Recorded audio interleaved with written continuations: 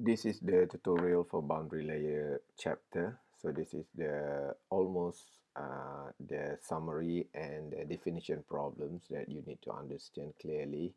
And I hope you could capable to answer all of this.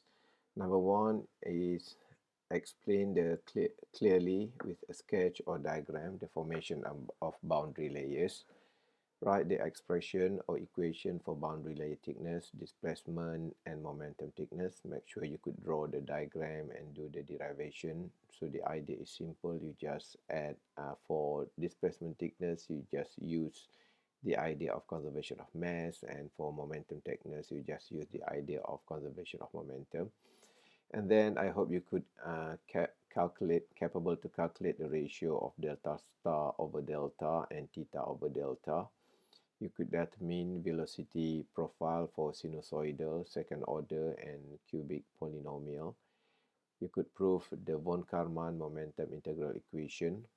And then this is the one of the most important part in this syllabus. I hope you could determine the boundary layer thickness, displacement thickness, momentum thickness, local drag coefficient, and drag force for both laminar and turbulent boundary layer.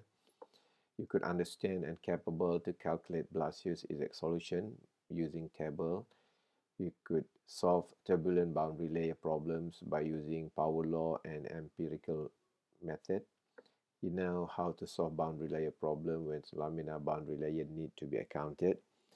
And then you could explain what is drag force in mechanical engineering applications. So it's based on your literature review or your reading from the textbook. It's very easy question here. And finally, you could calculate the drag force that occur on a flat plate